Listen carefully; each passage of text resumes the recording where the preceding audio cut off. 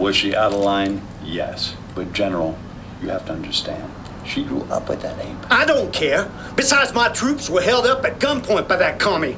And Dr. Murphy was on her side? Dr. Murphy's on our side, and Eva is a scientist, not a soldier. Those two seem unusually chummy. They're old friends, General, and they've been at this since time began. But can they be trusted? After all, one is a bleeding heart animal rights activist, and the other's a cold-blooded Ruskie. I trust Linda.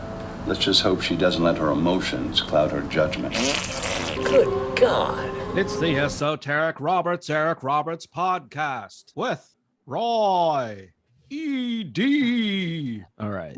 It's the Esoteric Eric Roberts podcast. Today, Roy and myself, E.D., are going to be discussing Ape vs. Monster, a film that was released on April 30th, 2021. Roy, how are you, comrade doctor? I'm good. I wanted to say that I hope everybody passed their tests on the Odyssey. And I forgot also in the Odyssey, we forgot to mention that, do you remember when Roberts was making those chicken noises, mocking those chickens? Yes. Yeah, we forgot to mention that. It was pretty funny. Yeah, I wish we could go back and edit that, but True. Moments gone. Moments Well, past. you put him doing it in there, but yeah, it's past. But that was a pretty funny thing when he was doing the. How's everything else in the Esoteric Roberts world? Oh, well, on the home front, I didn't want my daughter to get like a complex about her body. So I replaced all her Barbies with new 200-pound model Barbies. Mm-hmm. But now I notice my son won't undress them anymore. So I'm worried about him. Well, Before we start on this one, I want to tell everybody that we should say spoiler warnings, because this is a big new movie and a lot of people may be waiting in line even as we're recording or as they're listening to it for a ticket and listening to us to pass the time. And I think maybe they should know that we're going to have some spoilers. Yeah, we're going to spoil the hell out of it. Major blockbuster release. I was going to ask you, Roy, if you would, how do you identify? Do you identify more? Oh, this was crazy. I hit a dog on the freeway. Oh, no. It was trying to eat my sandwich. Not bad. I was going to ask you if you identified as more of an ape or a monster, but I think you just answered the question. I'm an ape man. Yeah, I was going to say I kind of fare more on the simian side myself. I liked when Roberts at some point just started referring to the ape as the simian. Yeah. Okay, well, this film is what they call in the parlance of the times a mockbuster. I just learned that. Yeah, I didn't realize there was a whole industry of these types of movies. And this is by Asylum Pictures, who also released 2020's mockbuster with Eric Roberts, Top Gunner, from the same director. Yes, according to my research, this is the second film that Eric Roberts has made with these people. Following Top Gunner. Yeah, I believe so. And so this would be a mockbuster of Godzilla vs. Kong, which came out. Wait, so this isn't an actual sequel to Kong Skull Island? It's an unofficial sequel. Okay. Roy, have you seen that Godzilla versus Kong film? No, I thought this was that, and I watched like half of Kong Skull Island. Yeah. But no, I was confused, and you're setting me straight here. I didn't realize there were two movies. Yeah, well, Skull Island is a few years old, and then Godzilla versus Kong is a few months old. Whoa. And yeah, I think I could only hope that I feel like I've seen enough from this that I don't need to see it. I was on a plane ride a few months ago, and someone was watching Skull Island on the screen in the seat in front of me. So I watched it. That's how I watched Skull Island with no sound. Yeah, that's how I saw a lot of Suicide Squad once. Sometimes that's the best way to watch those kind of movies. I felt it was the best way to watch Suicide Squad. You know what's crazy though? When I was watching the guy in front of me, copy of Suicide Squad, farther up ahead in the plane was sitting the actor and rap artist Common, who is in the movie Suicide Squad. Oh, that's pretty cool. It was pretty cool. Well, the tagline of this film was pretty good. The tagline for Ape vs. Monster is the greatest of all time. Probably right. And it is a film that's directed by a feller named Daniel Lusko, who has made a few other films, I think, for this company. And he looks like maybe he started out doing religious documentaries. and then made religious feature films, narrative films. Oh, cool. Yeah, he's had a bit of a storied career I thus watched far. his first narrative film. It was called Persecuted. It was a Christian themed film starring James Remar, who our listeners may know was fired partway through the production of Aliens from the role of Reese for being too high on cocaine. Whoa. Yeah. And Big. then it had, what's his name, Bruce Davison, who is not Jay Davidson, and had somebody, Dean Stockwell showed up in there. It was the final acting performance of Dean Stockwell. Wow. And Persecuted also was produced by Gray Fredrickson, Freddie Fucks. Whoa. The plot thickens. I thought that was not that terrible of a religious themed movie. I've seen worse. Well, it's pretty interesting that he's able to pull some talent. Oh yeah, like that movie was probably, I mean,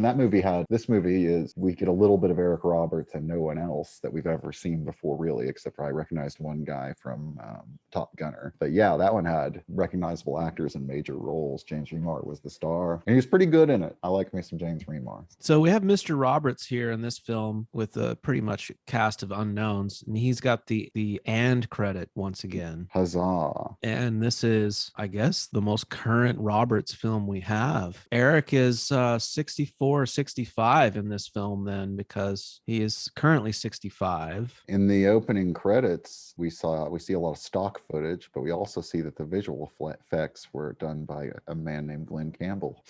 I did see that, yeah. I'm glad Glenn got one last one in before he succumbed to what was it that he had Alzheimer's, right? He was dead by the time I got to Phoenix.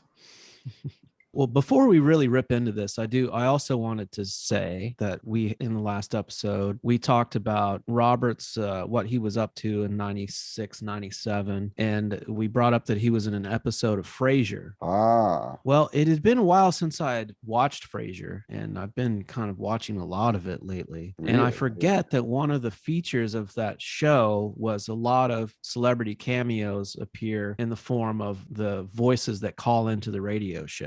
Oh, I had forgotten that. And so that is how Mr. Roberts appears in the episode that I saw that he was in. But it was interesting to note that someone else made an actual physical cameo in that episode, which was James Earl Jones. Whoa, bad coach. As a blind man in a nursing home. I wonder if he got blinded by a baseball, like in The Sandlot.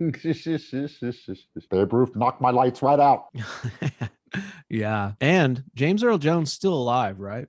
Oh gosh, yes, I believe so. Yeah, I think he's still rocking. off I that think he has coat retired outside. from acting, but we'll No, see. I think he was in Coming to America. Oh, did you see that one? No, I didn't. Something has just told me to stay away from it. Yeah. Well, that's good that he's in it. I mean, I was thinking he might have one more blind man nursing home role left in him Maybe so. before he succumbs. Ape versus Monster, film that was released on April 30th of this year. Our newest movie by far. Would you call this a kaiju film, Roy? Are you familiar with those films? Yes, I guess so. I get that confused with what's the thing where the people are in the giant suits. That has a name too, right? Maybe there's a distinction, but I think they also call those like Pacific Rim. They would call it a kaiju film. But don't they fight big monsters in Pacific Rim? Maybe that's what I'm getting confused about. Yeah. Maybe that's just a giant monster movie. Okay. Most giant robot things involve fighting giant monsters. Not Robot Jocks. Ooh, okay. Well, you got me on that one. That one, like countries, each one would have a champion giant robot. It would fight other giant robots instead of war. It would fight another country's representative giant robot. Oh, also interesting to note that With Scott Glenn. the mockbuster production company Asylum also made a mockbuster of Pacific Rim called Atlantic Rim. And there was a sequel to Pacific Rim. I only saw the first one, but the sequel was called Pacific Rim Uprising. And the sequel that they made was called Atlantic Rim Resurrection.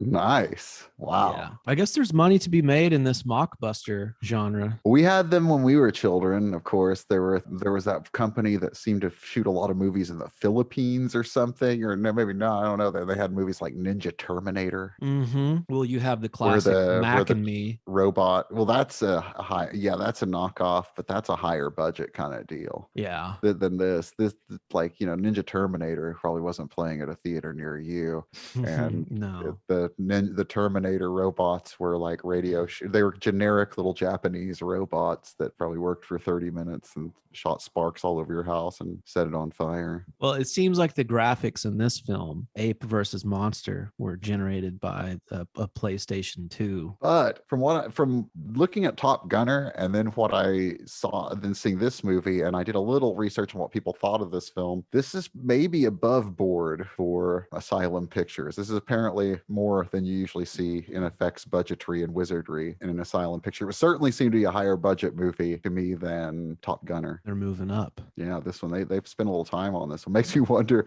makes you kind of want to see Atlantic Rim. Yeah.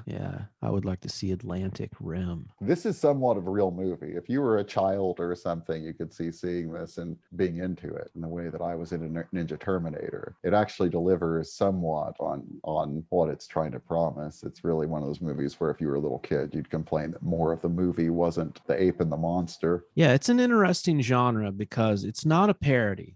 They're the actors are serious. People are trying to take it serious. There's a little bit of archness, but it's not. Yes, it's the kind it's of not camp. No, I mean it is, but not because it's trying to be.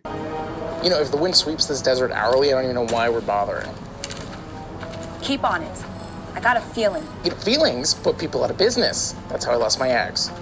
Zip it and keep scanning. Oh, come on. At least I know how to wear a harness, honey. I like it this way. Yeah. I mean, which is the real definition of camp. Yeah, it's exactly camp. Yeah, it's oblivious. So therefore, but yeah, everyone here is trying their best. Well, their best is debatable. Come on, Roberts.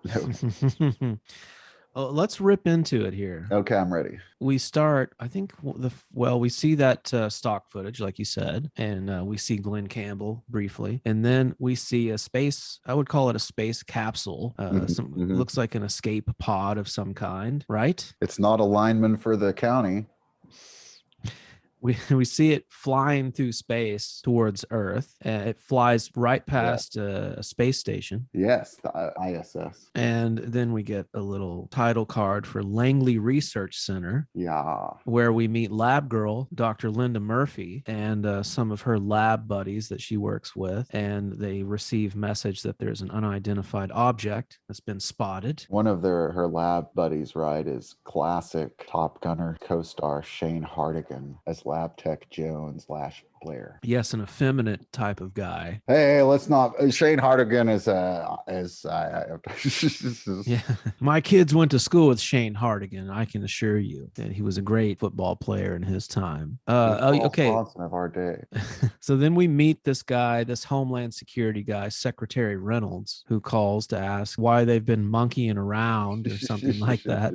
He's asking what's going on. They bring up that this object is falling at 28,000 feet per second, which gets them alarmed. They talk to an astronaut at the space station, a lady astronaut, I might add, who says already suspension of disbelief. It's just she managed to take a picture and said that she detected possible signs of life within the object.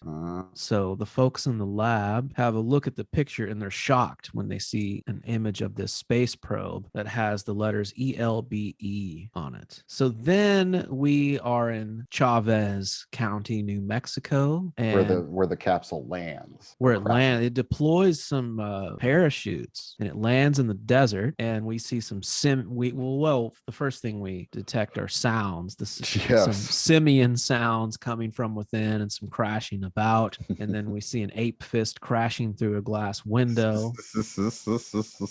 Yeah, it seemed, I don't know what was going on in there, but it seemed like that chimp was in there with a real rapo.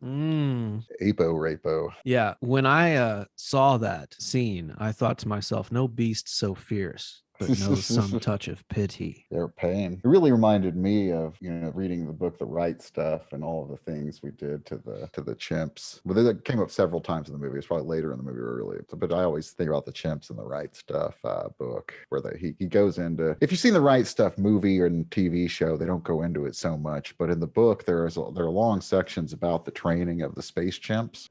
It is some sad stuff. Oh, it'll stick with you. I can't imagine many of them survived. Well, Well, it's just one of those things like, they would just shock them all the time to make them do stuff, where the song Shock the Monkey comes from. Yeah. Yeah, they would just shock them to do it, and then you're better, and it would test, like, how do you know how much a nape is feeling? And sometimes the shockers would malfunction and keep going off when they weren't supposed to. And sometimes, like, you just don't know what it feels like to be the ape. And, of course, the congratulation for doing a good job is more shocks because you keep moving up in the tests for being a smart monkey. Oh, yeah, And God, that's horrific. yeah, like I remember he talks about like the first chimp that comes down that was really good at it or something, like something happens. But the second chimp we sent up when it came down and stuff, when they finally got him out of the thing, he had ripped like every electrode out of him, and it wasn't supposed to be able to get to them or anything, but he had somehow figured out a way to like just jerk all that stuff out. Kind of cool. There was a DreamWorks or some kind of CGI cartoon about apes in space, I think, that came out in the last few years.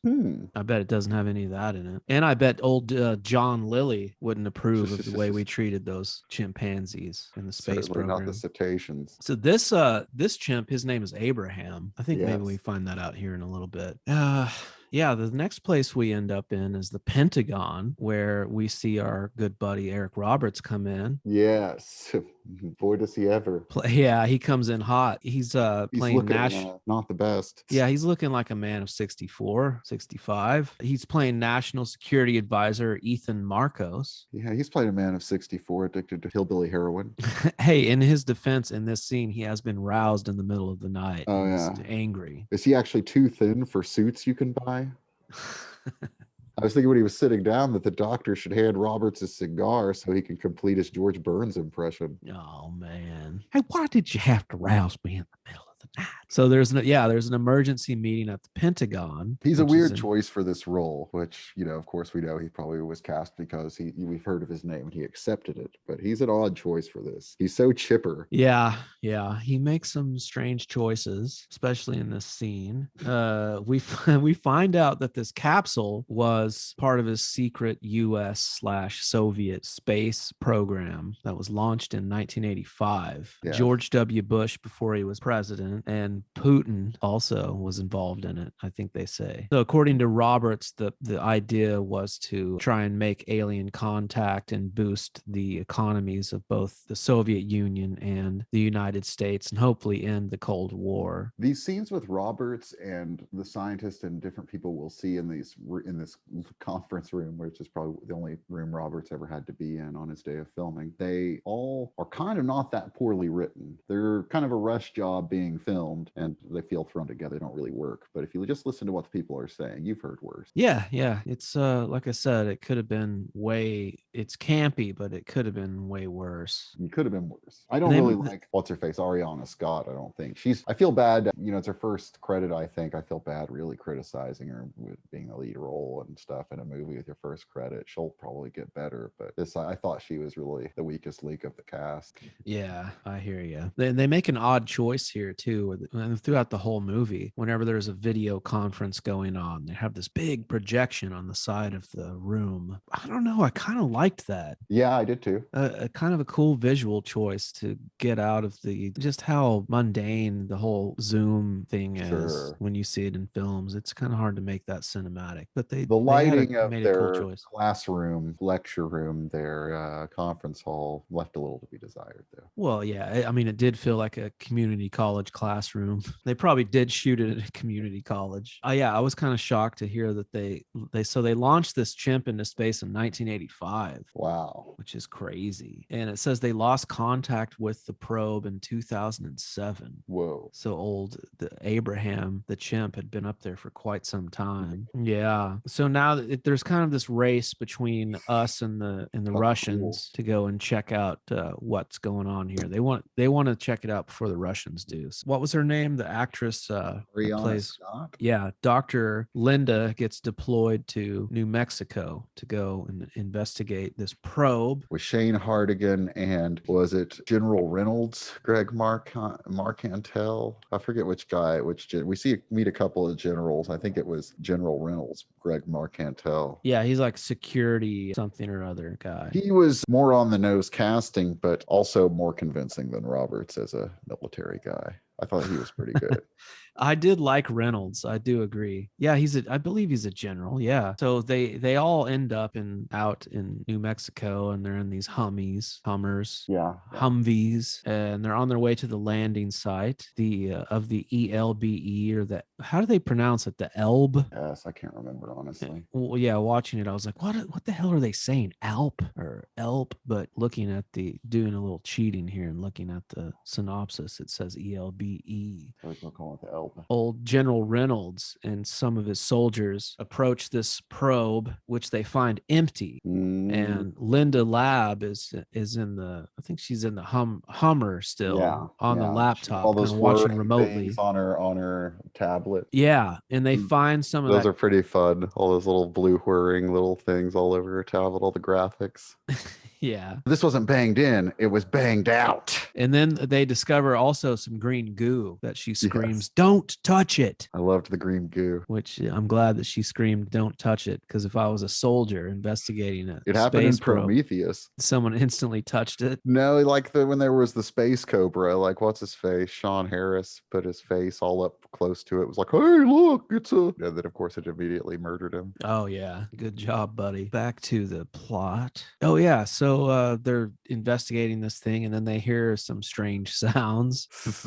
And who should appear? How does he appear? They're in this like super deserty thing. I also like what you said, that sand, Yeah, big flat get bent space. up like that, but it's like there wasn't really that much sand. It was, the ground seemed pretty hard. They could have seen this from any direction they would look. Oh, big ass wide open area. All of a sudden, here's a huge chimpanzee. Wonderful. You're looking like a rhinestone cowboy. Yeah. So yeah, God. So here comes Donkey Kong throwing his barrels. Probably the same graphics as the OG Donkey Kong arcade game. Reynolds gets killed here, right? Yes. I can't remember how exactly, if he gets stepped on or ripped apart, or I don't remember. Murdered, apparently by Abraham. He gets murdered. We know that. And then Dr. Murphy jumps out of the Humvee and rushes to their aid. And what does she do but stumble over a dead body and bang her head on a rock? Oh yeah, she wears like that a dumbass black eye for the rest of the movie. Yeah. So as she's losing consciousness, Got to be tough to stumble out over a corpse in the middle of broad daylight in a desert. Yeah, isn't that some classic Dr. Murphy behavior for you? Yeah. Wearing her high heels out in the desert. Doesn't even know how to wear a harness. And she bangs her head, but but right before she passes out, she sees the figure of someone coming into view, and then nailing Abraham with a tranquilizer gun. When Murphy wakes up, it's nighttime, and we meet a new character. We meet Ava Kuleshov, played by Katie Sareka, Yeah. American actor of German descent, playing a Russian. with deceptively Russian last name. But she's playing Russian here, and then one of the weak points of the movie probably is her accent. It doesn't ever seem real. Not that I know what a great Russian accent sounds like, but it never seems real. And other than that, though, if you take away the accent, she's not bad. Her face and most of her performance, other than the accent, is pretty decent. Yeah, there's another comrade doctor who's around. the other lady that we meet later. Yeah, she with the hair. She looks pretty authentically Russian. Narek Kurakoshin. Okay, yeah. No, wait, yes. maybe that's the secretary, Irina Picard, as chemist Eisenstein. Eisenstein. Yeah, I read that a lot of the Russian characters were named after Russian filmmakers. So did she have did you like how her hair was like Bridget Nielsen in Rocky IV? Yeah. Yeah. What was up with her lip? I don't know. Was it weird looking? She had something on her bottom lip. She had I don't know if she's got the herp or what. Oh, there was a blemish? Something at first thought it was pierced. Then I thought maybe I missed a scene where she got a busted lip. But I don't know. Yeah, maybe there's a deleted scene where Abraham gives her what for. Yeah. Well, okay, so we have Kuleshov here, who I believe her title is paleontologist / astrophysicist. Nice. And we find out that her her and Linda, they have history together. Mm-hmm. They're former classmates at Oxford University, and Kuleshov is now working for the Russian government. Did you detect a little bit of a romantic Vibe thing between these two? Yeah. You know what? I didn't really ship that, but I do now. Mm. I see where you're coming from. Yeah, just funny moments of like Kuleshov saying like, we drink a lot of vodka in Oxford, stuff like that, which I need could this mean thing to make stuff. anything. Ava, Linda, Ava on the phone or whatever later. Yeah, Yeah, I didn't pick up on that, but I think you're right. I think I they kind were of picked lovers. up on it. But those toxins were also injected directly into him by your Russian partner. She's not my partner. Nevertheless, Maybe I invented it to try and keep No. my mind interested and activated during the proceedings of this mockbuster. Okay, well, they have possession of Abraham because he's been tranked. Yeah. So they ship him back to Mhm. Langley, Virginia. But, you know, like there's some seepage of the radioactive alien goo, the extraterrestrial goo at Yeah. the site. And at nighttime, we get the wonderful shots of the Gila monster coming out of Probably the best performer in the film. The Yeah, Gila licking monster. licking at some water that someone's shining a green light into. Yeah. Let me lap up this water that's being illuminated by a bright ass green That was light. just such that was like a classic schlock movie moment from that could be from so many. Feels like a Mystery Science Theater moment to the max. This was a very Mystery Science Theater movie. Yeah, totally. Yeah. All right. So yeah, and then after the lapping up of the substance, we hear the most generic Godzilla screeching sounds ever. They should be sued for that. I I guarantee think you when there's they some were kind of walking out there to the site too, and the general, what's his face, and the other soldiers were going out there, I think those were really funny fake vulture caw. You don't see anything. literally a guy. This like it's a Just some sound effect. Yeah, but yeah. a guy that works in the Foley office. They're like, just make the sound, dude. No one's gonna know. It was Lusco with one of those director bullhorn things. It was Lusco. Funnels. He's like, just speed it up a little bit in Pro Tools. No one will know. It'll sound exactly like a bird. Throw an echo filter on it. It's going to be fine. Oh, there was something about, did you get the Star Trek quote? Oh, yeah. I didn't remember what it was, but yeah, she asks if she's quoting Lennon and she says, no, Star Trek. Yeah. I didn't get the quote. I tried to run it back and it was just too damn Russian-y accent for me to figure out what the hell it was. There's a lot of questionable audio mixing in this movie. So back at Langley, we have Tom Cruise and his crew are going to break into Langley and bust this ape out. Yeah. But so the ape continues to grow, which is causing problems. He wakes up and he breaks his restraints. Military draws their guns on him, but Kuleshov draws her guns on them. There's this whole tense scene. They hit the knockout gas button. The gas comes in and it makes the monkey fall asleep. Yeah, the hand coming up on the window. It seems like every time a lot of people die in this movie too. Pretty good amount of, well, not like mass amounts of people like in usual monster movies, but no, but enough. Anytime some kind of flare up happens with Abraham, someone gets smashed. Yeah, which is, apart. which probably wouldn't happen in a big studio movie. I don't think Abraham would be responsible for casualties with the way the story goes. Yeah. They'd make him less complicated. Well, which is nice. Really I like in this movie that Abraham's a complicated character. There is zero gore. Like anytime someone gets killed, it's always out of frame. Yeah. Oh yeah. This is safe for the kiddies. Safe for the kiddies and easy for the special effects guys. I don't even think there's hardly any blood in this movie. So there's a funny moment here where the Russians and the Americans have a little conference and Eric Roberts comes back. In this scene here, there's just I think the scene actually begins right after, the thing with the gas and the drawing of the guns and knocking the ape out. I think the very first line before we even see Roberts in the scene is him saying, was she out of line? Yes. But General, you have to understand, she grew up with that ape. which was just classic. Which is what's funny too, is like, how old is she? The ape's been in space for 20 something years. The ape was launched 30, in the space, that ape's been on space longer than she's been alive. this woman looks younger than I do. I'm a man. She looks like a woman of 22. Yeah. Which I guess So they're saying she's older than that, but the ape was launched into space in 1985. 36 years ago. So that would make Dr. Murphy the same age as Eric Roberts, 64, 65 years old. They're contemporaries. Well, she looks wonderful for her age, and I wish her Hottie. a long and illustrious career. I notice Roberts can't wait to get handsy with her later. Yeah. Oh, about like this isn't the scene where we first get introduced to the second general, the replacement for the guy that got killed. I think that's later, right? I believe somebody comes around and says calls her like a bleeding heart animal rights activist. Remember that? He's like, one's a bleeding heart animal rights activist, the other's a cold-blooded Rusky. No. So this might be that Southern general you're thinking. Oh yeah, that he seems like he's doing an impression of Michael Rooker. Yeah. Also, the general that got killed by Abraham, Greg Marcantel, his only previous acting credit was a documentary called Life After Prison. Are you talking about Reynolds? Yeah. Yeah, I would work with Reynolds. He's good. I would find him and I would cast him in my mockbuster. Let's say you were offered the opportunity to make any mockbuster you could make. What kind of mockbuster would you do? Man, I don't know. That's a good question. It's a toughie,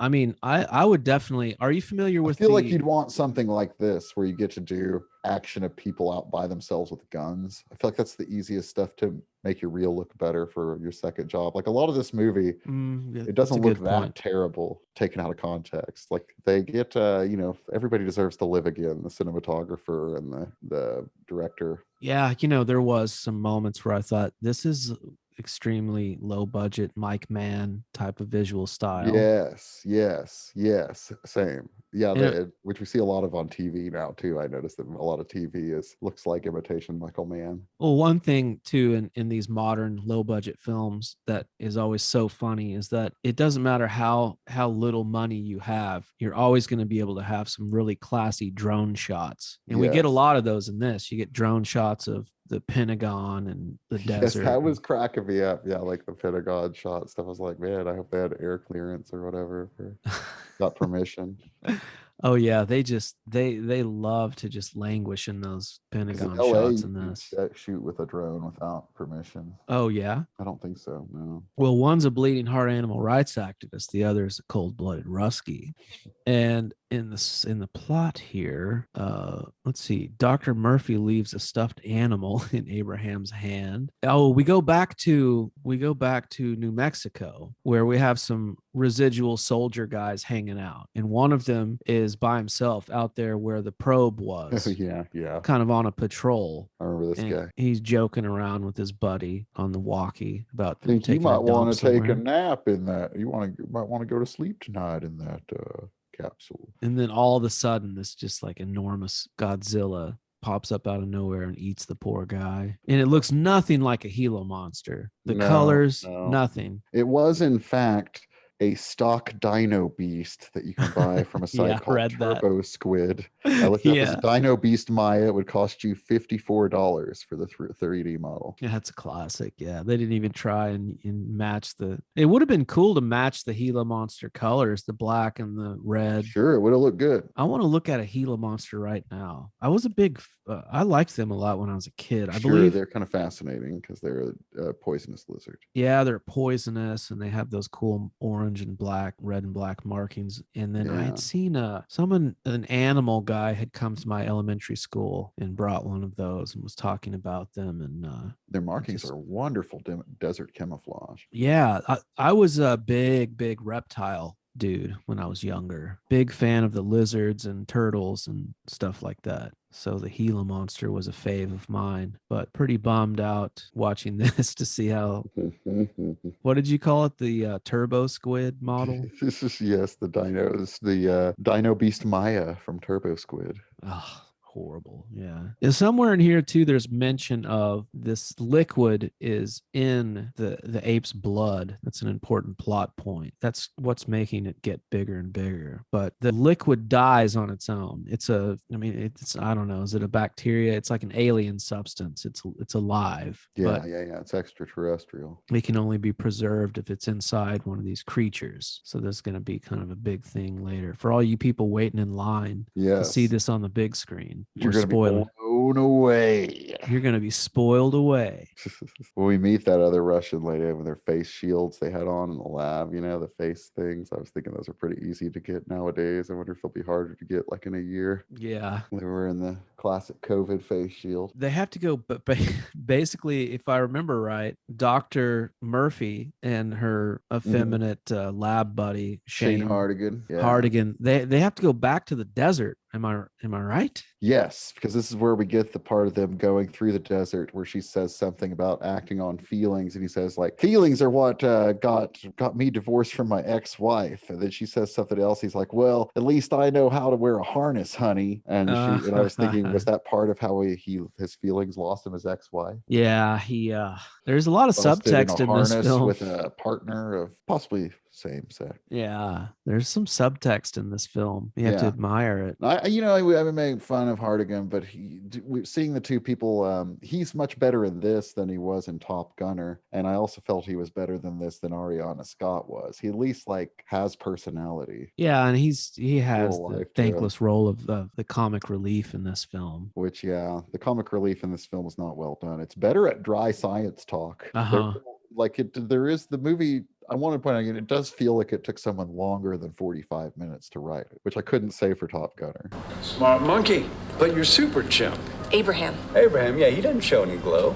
Well, what do you think accounts for this discrepancy? We believe Abraham's ingestion of the substance was a gradual microparticulate intake, much like a gas. Okay. Yeah, some of this stuff is pretty well thought out. Yeah, to some degree. Yeah. At least it seems like somebody tried. Someone put effort into this at some point. Yeah. So Murphy and Hardigan, Lab Tech Hardigan, are back in they go back to the desert and they end up at a train track bridge. Oh yeah, this is the part where she wants him to patch her through to something, and he's like typing on his cell phone all sideways with his thumbs. That looked pretty funny. Whatever app he was using to patch them through to the bridge or something. Yeah, to the train to warn them. Whatever he had to patch through to the train was pretty weird. Because the bridge is destroyed and the train is headed for a chasm. Yeah. And she says something like that.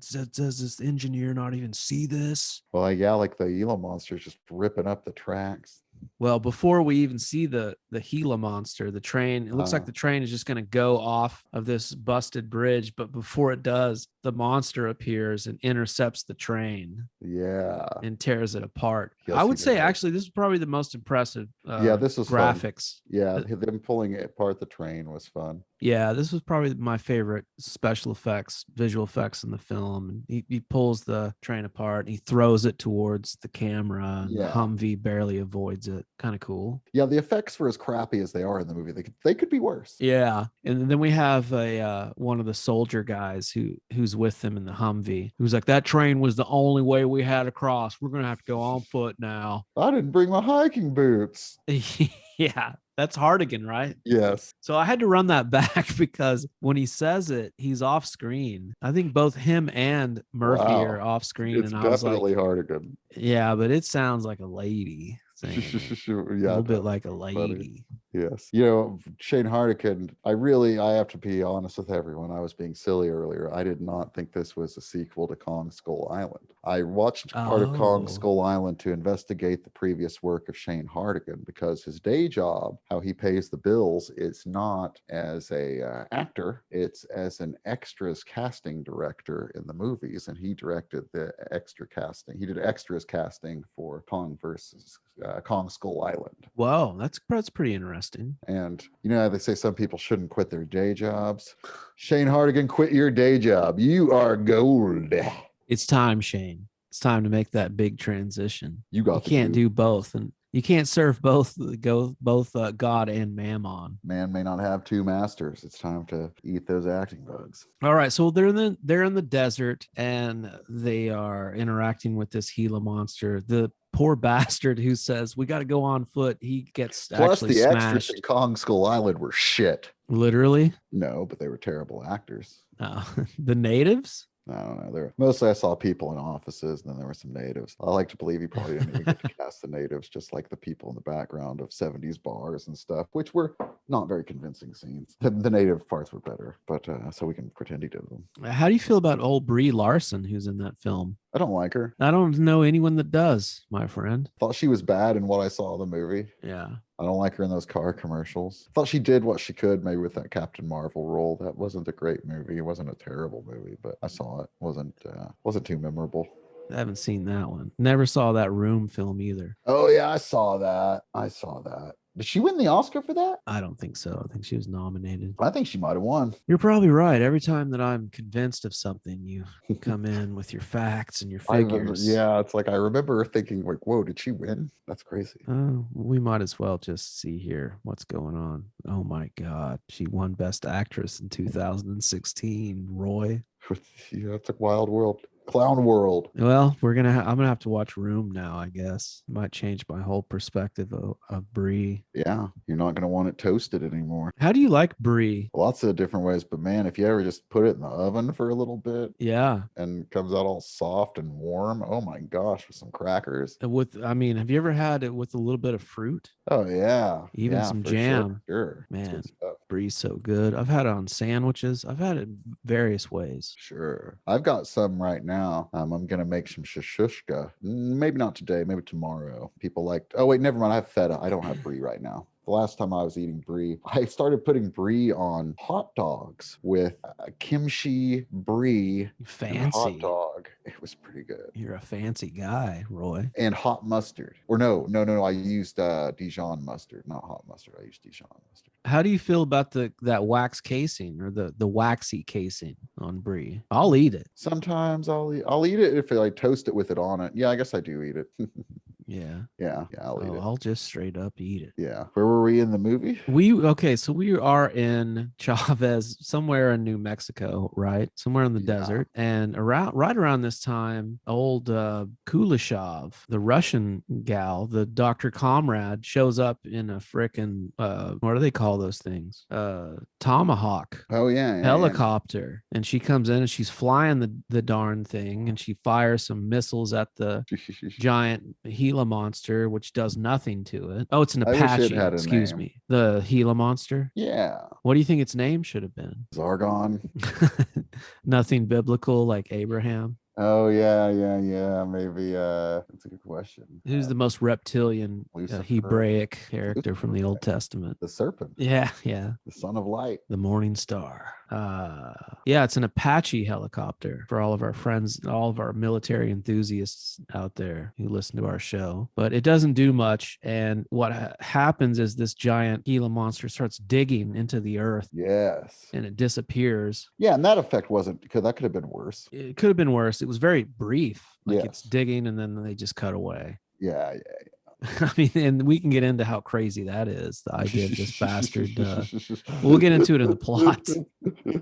I mean, it's wild. It's wild. It is. So Kuleshov lands the Apache and comes down and talks to Murphy for a brief moment. Says something like, "Is the lab down there in the dirt? Get up." And so they go back to Langley, I believe. Right around this time, while they're away from Langley, Abraham escapes. Oh shit! Yeah, this is where we see the Brigitte Nielsen lady with the busted lip and the crazy hair. Yes. And another face mask. Couple soldiers die. Abraham busts out and he's gone. We see him kind of wandering around the West Virginian landscape, which is pretty hilarious. Shit, maybe she gets the busted lip when he breaks out. Maybe so. And I forgot. We'll have to take a look, or maybe somebody will clue us in. Maybe I missed that. Yeah. So, Abraham escapes. And then right around this time as well, we see that this damn the Gila monster is burrowing its way cross country, miles and miles and miles, thousands of miles it goes towards West Virginia. It affects nothing. And I'm not going to lie, it affects nothing. No gas pipes. No. Yeah. Everything's fine. No cross country gas lines, electric lines, or anything. It just, it knows exactly where to go. which I guess is not too far-fetched because we do later find out that they are kind of being They're remote on a controlled, mission.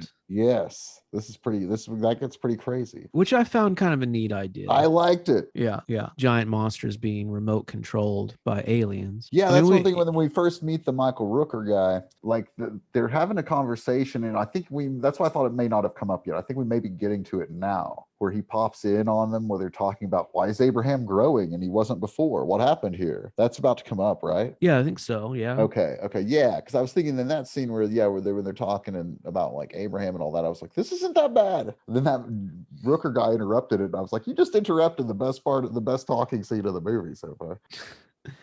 They're back. I believe everyone's back in Langley and they're arguing about stuff. And there's When mention they're of arguing, this is pretty decent. there's mention of Linda's father. If there was, yes, this is that scene. And if there Like, was let's just bring him if they in. had one more day in this conference room to light it a little better, this might have been something. Maybe so. Maybe. So yeah, there's mention of the dad, and then Dr. Linda is like, I haven't seen him in years and years. I don't want to bring him in on this because it's just too awkward. Yeah, and they say there's something like, there's something about him, and they say, aren't you have some conflict of interest with your father because you're close or something? And she's like, no, we're not. We haven't talked to each other in 10 years. Yeah. She's like, I don't want to have this guy involved. And they mention that the scientists in the scene, they mention that Abraham has a lower concentration of the substance because he breathed it in, whereas the Gila monster drank it. So the Gila monster it's more potent inside of him. It was a gas when ingested by Abraham. And then we have the Southern Simpsons general who's going off about, we got to destroy him immediately. You want to destroy him immediately? And it's like he's doing Michael Rooker from Tombstone. And then we see I don't approve what they did to your women, so I can't do it. we see the Gila monster emerge somewhere in West Virginia and kill like a farmer, right? Oh yes, the farmer. Yeah, he looks a lot like that guy with the lazy eye in the Adam Sandler movies. Yeah. You mean you hope. And hope, Linda, is not a strategy.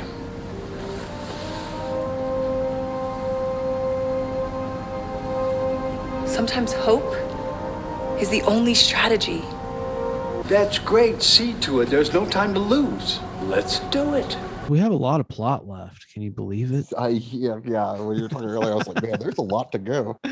Yeah, I also kind of had left out that there's all this like hilarious attachment that Dr. Linda has with Abraham. Like she cries a lot over him and stuff. Yeah, they do have warm feelings in spite of him being in space longer than her lifespan. They are close. Yes. There's a real attachment to Abraham. Yeah, and there's mention of that she brings up the whole thing about apes being mistreated and all that stuff. And yes, and that's her dad was kind of about the right stuff even more in Project X, which I watched for research. I read back. Oh, damn. Project X. Project X is my brother's favorite film. He loves chimpanzees and Matthew Broderick. The number of times you'll say during Project X is at least 2. Yeah, I forget all those chimps in that movie have great nicknames. Like there's Bluebeard. Bluebeard, yeah. Virgil, yeah. That's the main one. Yeah. If I called my brother right now and Gonzo, I said, maybe is one. If I said, can you name all the chimps in Project X, he would just ring them off. Just bam, bam, bam. Oh yeah, Virgil. You know them all. I'm not usually a big Helen Hunt fan, but she was pretty good in the movie. Oh yeah, she's in that. She's pretty young in that. Really good Gene Smart performance for Stephen Lang in it. So that must have been just a little bit after Peggy Sue Got Married, which is the first movie I remember seeing Helen Hunt in. Oh yeah, as she's the in daughter. That Everybody's All-American, right? Or the All-American football princess or something. Whoa, he plays a girl football player in an old TV movie, I think. Man, there's a lot of movies like that. Everybody's All-American, seems like old times. We could even do like a whole podcast about these boomer fantasy type movies. I mean, just so many of them. But back to the plot of Ape versus Monster. Mm-hmm. Well, at some point, the father does just show up, and it's really funny. Eric Roberts has brought him in as reinforcements. Yeah. There's more He's a talk. coot. If we want to really get into it, there's more talk about the creature's blood. They are finding out all this shit about the stuff in the blood, which we already spoiled by saying that the alien substance that's in both of the creatures is being used as a way to control them. Yes. So yeah, let's just jump right ahead to the dad in the wheelchair. Yeah, when he shows up. up, but he's a scientist too that I guess worked with Abraham or on space. Oh, he met aliens or something. Did you like how they first showed him? They start on his feet in the stirrups of the wheelchair. They really want to show you that he's a disabled man. And he's a white guy, and Murphy, it makes sense. It's believable, but it's just funny. Oh yeah, this is when you find out that I guess she's biracial. I mean, I was thinking that it was that is presumptive that you just thought she was black before, but yeah, she does not look very white, and he's very white. Yeah, she's not a light-skinned person. Yeah, I thought she was kind of light-skinned. Oh, maybe you're right then. There you go. It's okay to make fun of the disabled. Yes. And we see this father character, and he's got, of course, has a history with Abraham going back to pre-1985 when they launched him into space.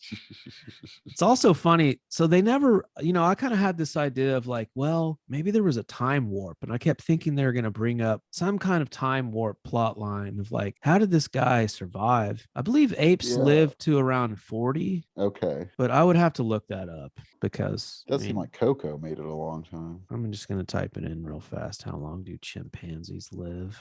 Just Coco to know. Chimpanzee is a gorilla, right? Yeah, it says here the average lifespan of the chimp is around 40 years. Oh, that's pretty good. I had no idea. So I guess they could just chalk it up to the green goo made him live longer. But I mean, how is he eating up there or anything? That's what I was wondering about is what's his food system like they got like food up there for 20 years? And he never eats. Capsule? I'm thinking about the food system a lot as well. And I'm also thinking we never see him eat in this film ever. No.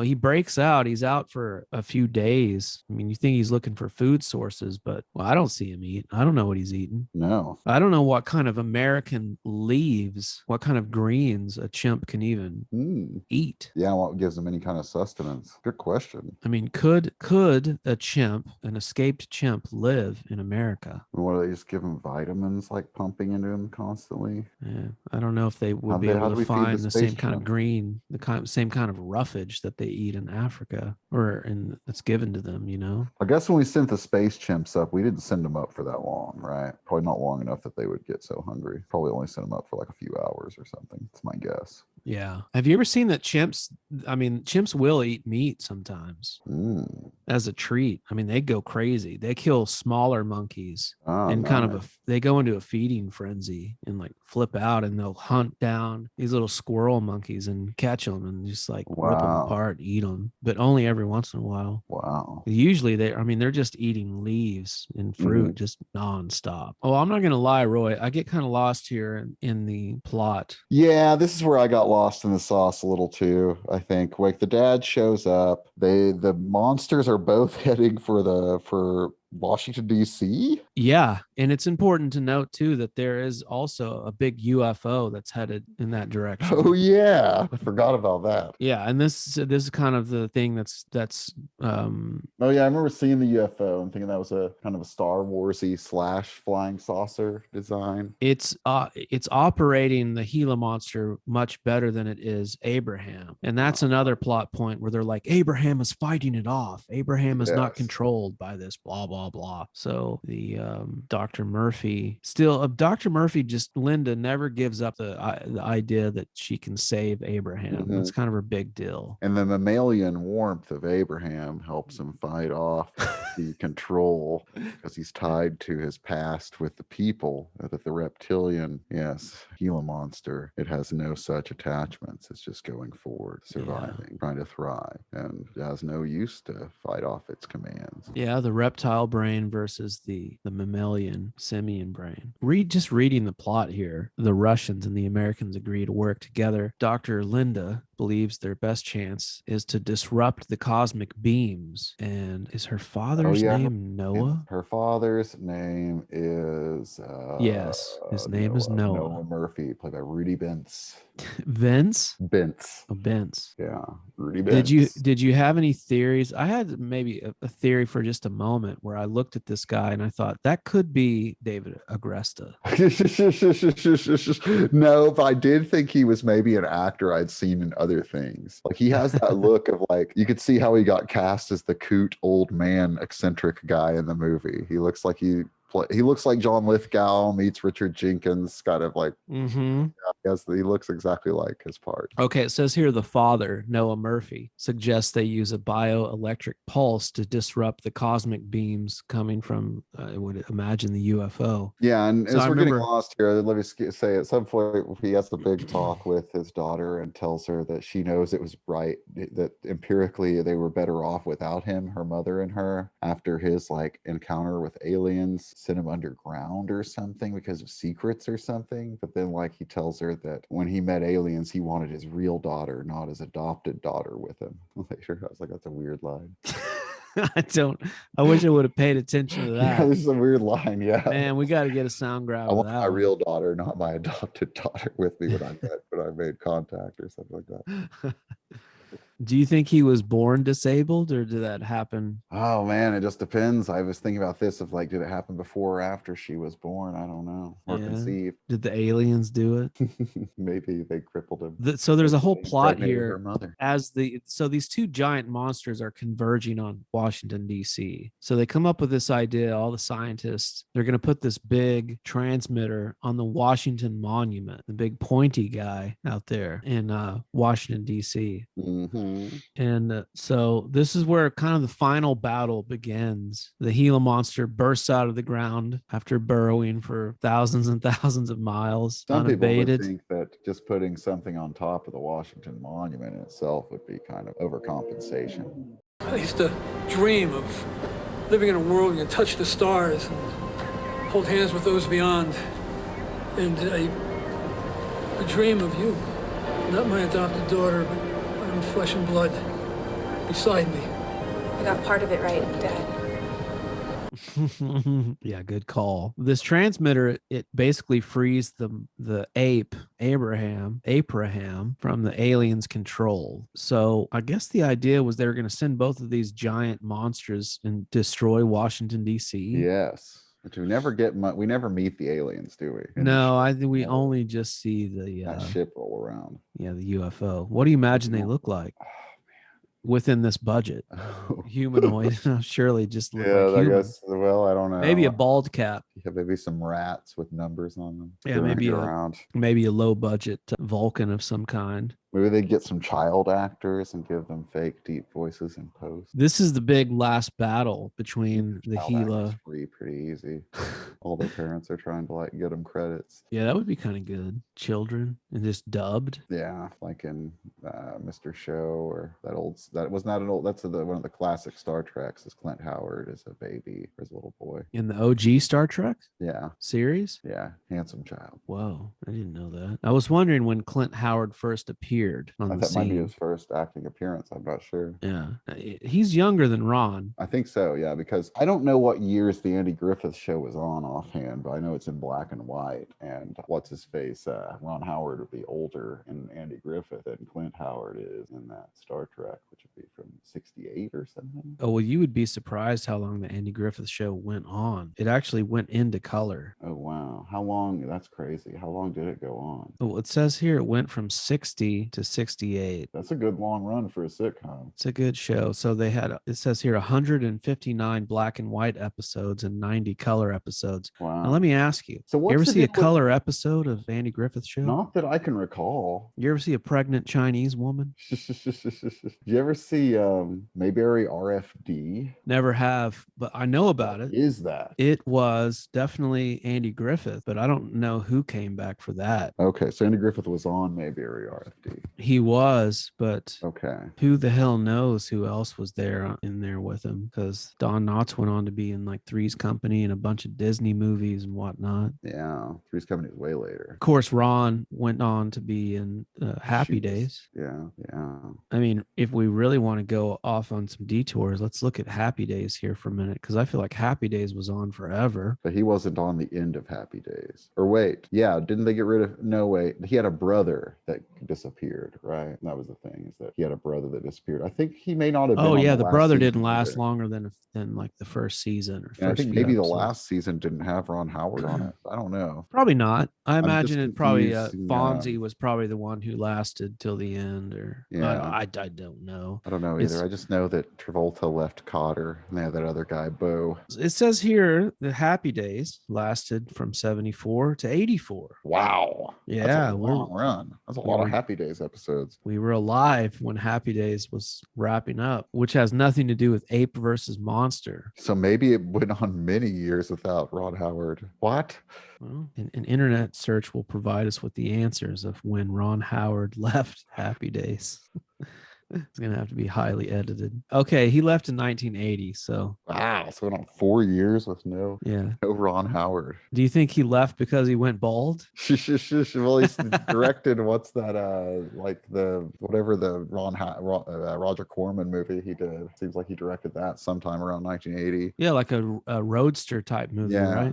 yeah. And then Night Shift in Then Night the early 80s. That'd be like what, 84 or something. I believe Night Shift is earlier, 82ish. Wow. Oh wow. Yeah. There you go. He went into directing. Yeah, that's probably right when he started wearing the hat. Night Shift is from 82. Oh, there you go. That's early. That's good. That's Good when movie. the hat broke out. He was like, man, I'm going bald. And you know what? I'm just going to become a director. I think that Night Shift might still be his best film he's directed. What do you think anyone has ever just tried to cast Ron Howard and be like, dude, just be the star of my film? Oh, You were shit. in Happy Days. I don't know. Wouldn't that be a strange thing? A movie starring Ron Howard. It'll be fun to see him again. It would be interesting. He acted for so many years, man. 20 years of his life almost, or more. Good call. But in the world of Ape versus Monster, these two giant beasts convene over the Capitol building, and we have Abraham on the side of humanity. And we Yeah. have the Gila monster on the side of the The aliens. extraterrestrials. Yeah. Some stuff happens here, but the Apache reappears, the Apache Oh, yeah, helicopter. Right. Like we get to see the ape versus monster battle, which is like a classic Rampage video game moment. Very video gamey. Dr. Murphy is on the roof of a building Yes. with Shane Hardigan, Yes. who sadly gives his life in this Yeah. scene to the Gila monster. And do you remember how he dies? No. It's always some kind of smashing. He maybe gets eaten. I believe he does get eaten alive now that I think about it. Yeah, he's trying to run off, and I think the giant Gila monster's mouth gets him. And this is where we get the Apache shows up and it's Linda, Ava. Yeah. Yeah. And also Linda like kind of trying to talk to Abraham. Oh yeah. Abraham somehow remembers her, but he still looks like an insane zombie.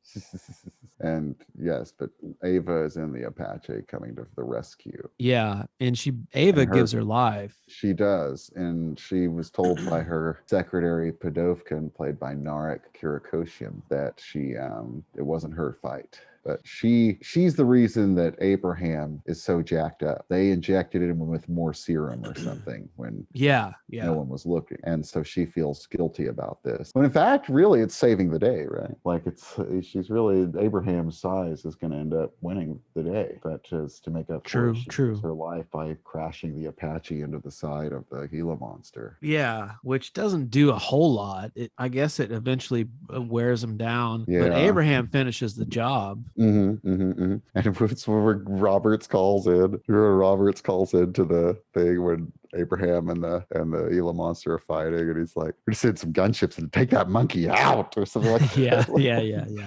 yeah. Take that monkey out. We're gonna say he's really. This is why I thought he's really slurs that line too. The beginning of it. I think he says we're going to send some gunships in, or we're sending some gunships in, but it's just he's like, "The gunships in and take that monkey out." Yeah, there's some like some weird kind of slurring happening. I got a strange the correlate that I found was Roberts. He reminded me of Levon Helm in this somehow, like his hair, his age, his mouth. Yeah. I could definitely see some Levon Helminess to Eric Roberts. Well, Roberts is 65. We keep saying he's got a good head of hair for a guy. Oh yeah, age. his hair is great. It's great. It doesn't look fake. No. He's really, but it's like one of those things where he's not going to get his hair cut for this role. Play the secretary. It's totally inappropriate for his part. Yeah, it's all like kind of feathery. Yeah, it's impossible to believe that he is the character he's supposed to be playing. And so, but in his defense, he takes a weird spin on the character, which is why he makes him so chipper and stuff. He tries to make him kind of a loosey-goosey little bit of a type, so that the hair makes sense. You can see how Roberts planned this out. So and like it was wacky. I like your spirit, Murphy. Let's hope it's enough. Do you need any support? Troops, equipment? Negative, sir. Marco's out. Linda! It's Eva! Please forgive me! That's one down, one to go. Your gunships en route to take that monkey out. So I suggest you get your ass out of there. Sometimes I think Roberts takes his hair inspiration from Robert Redford sometimes when he goes for that. Yeah.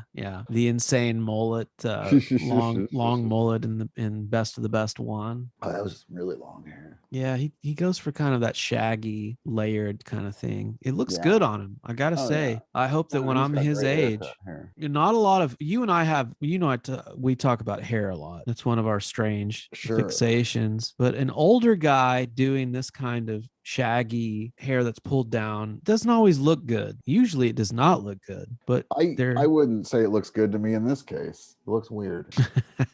Yeah. There's always a moment where these guys, though, they always start pulling it back. Like even the Beatles who were the pioneers of that, when they got into the 80s and 90s, they went into the big, like, I'm going to start slicking it back. Besides Ringo, who just started buzzing his head. And of course, John was dead, but the others. He was more focused on growing his fingernails. That leaves us with two others. But yeah, they kind of started pulling it back. But a lot of those guys, like I was looking at pictures of Crosby, Stills, and Nash, and they all those dudes eventually they give up on the shaggy in their face, except for like Mick Jagger. He still goes for it. But back to the plot, old Dr. Linda is pleading for Abraham's life, basically, that he should be saved because he saved the day. He shouldn't be killed. They eventually listen to her and they do not kill Abraham. Yeah.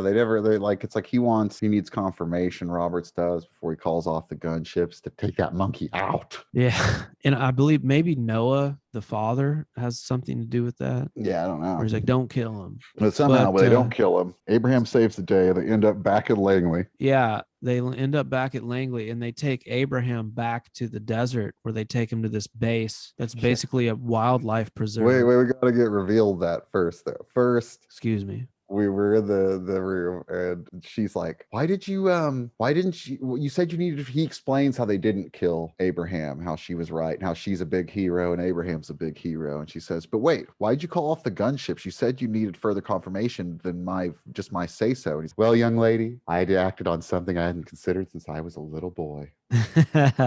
Faith. Yeah, that was great. When earlier Shane Hardigan told what's her face, Murphy, that Hope, he's like, what do you do, Hope? And she's like, yeah. And he's like, hope isn't a strategy. She's like, sometimes hope is the only strategy. Yeah, I loved that. So anyway, she asks what happened to him. He's like, check it out, a hero's welcome. And he shows her a video screen and it's the animated Abraham in front of like an animated army base with animated helicopters and stuff. Yeah. He's like, a hero's welcome. And it's the worst special effects of the film. Yeah, it's really, really funny.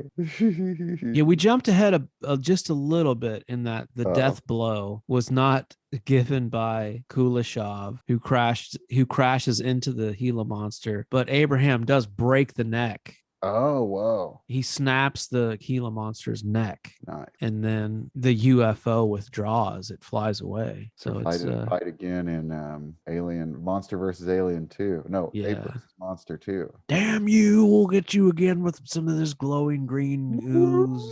And that's pretty much the end of our film as we see Yeah, he's out in like maybe a CG Utah. New Mexico. Okay. Yeah, but they set up a deal where they're like, Dr. Linda you're gonna be the one who's gonna work with him and study him. Because we all know how much gorillas love the desert. I know. Oh my God. What a brutal life. They really tried to go out of their way to make his life nice at the end for the audience to be like, oh, Abraham got a good thing. He's got all this space and stuff. But you're like, wait a second, he's not gonna like this. Yeah, he's got nothing to climb or any. This sucks. He's got climbing stuff and nothing to eat. Yeah, no food of any kind. The father also agrees to help in this. Oh yeah, and she gets complete project. authority to hang out with Abraham. Yeah. By Eric Roberts. That's right. You can do whatever you want.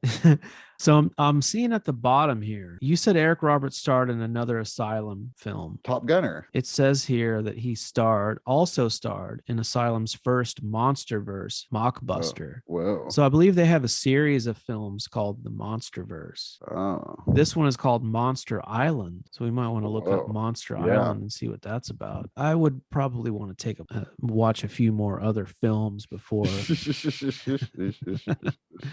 So what are your lasting thoughts on Ape versus Monster, Roy? As far as schlock films, if you're a little kid, you might get some fun out of this. Not a great movie. I saw that.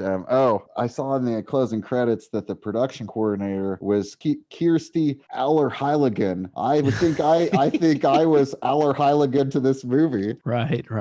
And then I saw that somebody else was Philip Seegar. And I was thinking that's like Pete Seeger or Bob Seeger. And then you Sir Gregory Solanas, who I don't think is a real knight, but they call him Sir. Roy, honestly, I really want to see Top Gunner. I'm not joking. You got to see it. Yeah, did it come out last year? Yes, just about this time last year, I think. So you saw the film before we started this Odyssey, this Podyssey. Yeah. Yes. I can't believe in the last episode we didn't use the term Podyssey. Probably because we knew better. Then forgot. Did we talk about geezer teasers, or did that get? Did we gloss over that? I don't know what a geezer teaser is. Well, in my investigation of this mockbuster thing, I had read an article about geezer teasers. Now, these are films that are. I mean, what would you imagine they would be?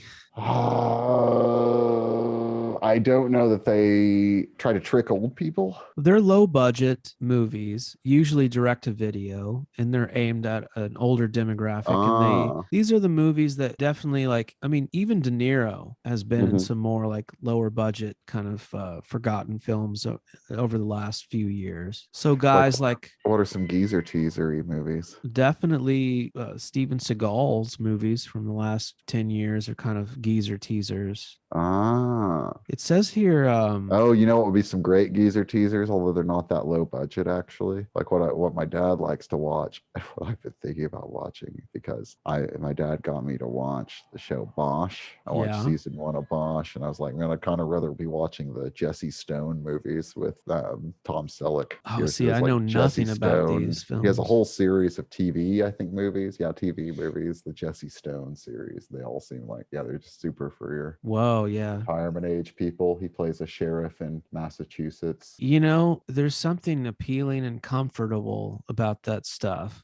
And it's done in a massively comfortable way. It's a massive comfort. That's the thing about the Jesse Stone shows. Yeah, it's just like you said. Now you're like, everything about this is just pleasant. Yeah, well, I mean, this. I've told you about this. I spent probably 2 years of my life where I watched almost nothing more than just Walker Texas Ranger reruns. Yeah, we And don't those like are definitely geezer teasery, but they're also very camp. There's more to those. And also, I mean, that started from the Conan O'Brien bit where he would Oh yeah, yeah, yeah. generate Pull the the scene. lever. That was so funny. Yeah, so that started it. It was more of a hipster kind of thing, but Which I led mean, to they're producing my favorite television program, Eagle Heart, which was originally meant to be a kind of a spoof takeoff on Walker, Texas Ranger. It was, that's right. Yeah. So yeah, there's some part of me that's like, you know what? I wish I had a recliner, and if I did, I would just I would watch hours of like reruns of the Rockford Files and shit like that. Yeah, I might be loading up some Jesse Stone movies soon. I'm in need of like some TV style watching. Yeah, some chill comfort. Well, here are some geezer teaser titles. Okay. A movie called Gun, starring Curtis 50 Cent Jackson and Val Kilmer. I'd like to see that. A lot of Bruce Willis films that we don't even know Oh, about. yeah, There's one yeah. called Extraction. Oh, Extraction is one of the most funny bad. You should watch Extraction with your girlfriend. It's the one with he and Frank Grillo, I believe. I've seen it twice and enjoyed laughing at it both times. Another Bruce Willis film is called Setup, also starring 50 Cent and Ryan Phillippe. But I will send you this article. It's pretty interesting. It's about this character by the name of Randall Emmett, who runs this production company or a distribution company. And it says his credits include more than 110 movies, which have grossed in excess of 1.2 billion, most of them bad enough to require a category all their own. Nicolas Cage films, and even Pacino is in some of these movies that we don't know that much about. Survive the Night, starring Bruce Willis. Never heard of it. No. Anyhow, yeah, mockbusters and geezer teasers have been on my mind a lot. These new genres that are popping up in the last decade or so. Teasers. I like it. Yeah, I think maybe they had been around, but just haven't. I don't know if they've had names, or maybe I just wasn't aware of them. Like that, like you think about those old. I was watching the other day. We were talking about. Oh, on our last episode, we were talking about watching Death Wish 4 on the Runaway Train episode. Actually, 2 episodes ago, and I think Death Wish 4 was probably a geezer teaser. Yeah, I need to get into some of those Death Wish movies, watch more of those. Well, I think this wraps it up for this episode, unless you had anything to add. I hope everybody pays all their money to see this, and that it's the #1 hit of 2021. Yeah, for that one guy or gal who's right at the box office right now paying. Feel good about it. Well, he's getting ready to pay, and he's thinking to himself, I don't know. They just explained the whole movie to me. Maybe I don't need to. No, I would say pay the money. What does old Hunter S. Thompson say? Buy the ticket, take the ride, and if you don't like it, go to ED for a refund. He'll give it to you. I will. I'm going to say that right now. Anybody who has seen this movie in the theater and wants their money back, I will pay you the money. You can contact Roy, who will contact me. Yes. We'll set up a Venmo situation. I'll give you that money. EsotEric Roberts something podcast at gmail.com, care of Roy. All right, folks. Have a great day, and we'll see you in the next episode. Yay! I'm gonna unplug my thing and turn on my AC. It's hot. The felled Gila monster is creating no signs whatsoever, totally inactive. Cool. And the simian. What's going on? Where's Abraham? Linda, easy. He's gonna be okay. He's going to be okay. That's what you told me when I was 9. Now, look. I learned my lesson. No more lies, no more hiding. Science smiles only on the truth. And the truth is, you were right about Abraham all along. Your multiple witnesses told me that he took down that Gila monster single-handedly. But why did you call off the gunships if you needed further confirmation of what I already told you? Well, my dear, I acted on something I haven't considered since I was a little boy. And what's that? Faith. What about Abraham? Where will he go now? Doctor, it's a perfect location for study. Study? What kind of study, and by whom? By you alone. You have total authority on the matter, if you want it. And with a little assistance from an old man, if you'll have me. Thanks, Dad. I'd like that very much.